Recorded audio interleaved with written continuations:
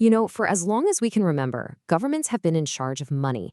But what happens when a whole new kind of money shows up? One they can't control. We're about to dive into why this isn't just about finance. It's a huge challenge to the very idea of their power. So, what if the biggest threat to governments today isn't some rival country, or a political movement, or even a stock market crash? What if it's money? Specifically, money that operates completely outside of their grasp. And look, we're not talking about someone printing counterfeit bills in their basement. This is a completely new financial world we're talking about, built on something called decentralized money. All right, so let's get into it. What is this new kind of money, really? What makes it so wildly different from the cash you've got in your wallet or the numbers you see in your bank account? Okay, this slide really hits the nail on the head. With the money we're all used to, governments and central banks are in the driver's seat. They print it, they set the rules, they control everything. But with decentralized money, that control just vanishes.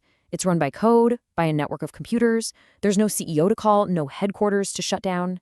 And this is the part that changes everything. It runs without anyone's permission. I mean, really let that sink in for a second. A financial system where you don't need to ask a bank for approval or get a government's okay to send, receive, or store value. It's a monumentally powerful idea. But that begs the question, right? Why are governments so obsessed with controlling money in the first place? It's not just for fun, I can tell you that. There are some very, very powerful reasons why they hold on to that control so tightly. For a government, money isn't just, currency. It's not just for buying things. Money is policy. Money is leverage. And money is influence, both at home and on the world stage. And here are the actual tools they use, the levers of power. You want to boost the economy? Bam, you print money for economic stimulus. Need to put pressure on another country? Sanctions. You can freeze their assets. Got a ton of debt? Well, you can use inflation to kind of shrink it away over time. These are the big guns of modern government. Now, just for a second, put yourself in their shoes. Imagine all of those tools just disappearing. The control panel you've relied on for decades, for centuries, to run your country suddenly goes dark. And this is where we get to the real fear, the thing that probably keeps finance ministers and presidents up at night when they think about this new form of money. First up, and this one's a big one, they can't just print more of it. Poof. The ability to create money out of thin air, a power they've had forever, is just gone. Next, they can't just freeze it. If you hold your own funds, there's no bank they can call to lock your account. That central point of failure, that choke point, it's just not there.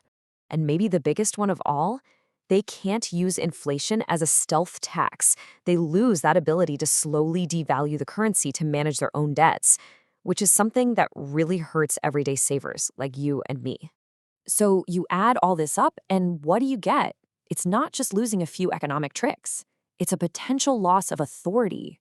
Because if people can just walk away from the official system, the government's entire power structure starts to look a lot more fragile. A lot of the time, the official line is that this is all about stopping criminals. And sure, that's part of the story. But let's be real, that's not the whole picture. The real issue here. It's all about control. Okay, so governments aren't just going to sit back and watch this happen, right? Of course not. They've got a countermove. And frankly, it's already being rolled out across the world. And here it is. It's called a central bank digital currency, or CBDC for short. This is the state's answer. Yeah, it's digital, but it's the polar opposite of decentralized. This is money that's built from the ground up to be programmable, trackable, and completely controlled by them. And when you put them side by side like this, the strategy becomes crystal clear. Decentralized money is, decentralized and permissionless. CBDCs are centralized, completely trackable, and programmable. This tells you that governments aren't scared of digital money. They're scared of decentralized money. They want all the efficiency of digital, but with even more control than they have right now.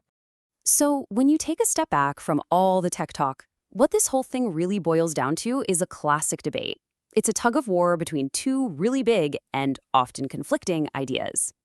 On one side, you have the government's view, which is all about one word, stability. They argue they need this control to prevent economic chaos, to manage crises, and just to keep society running.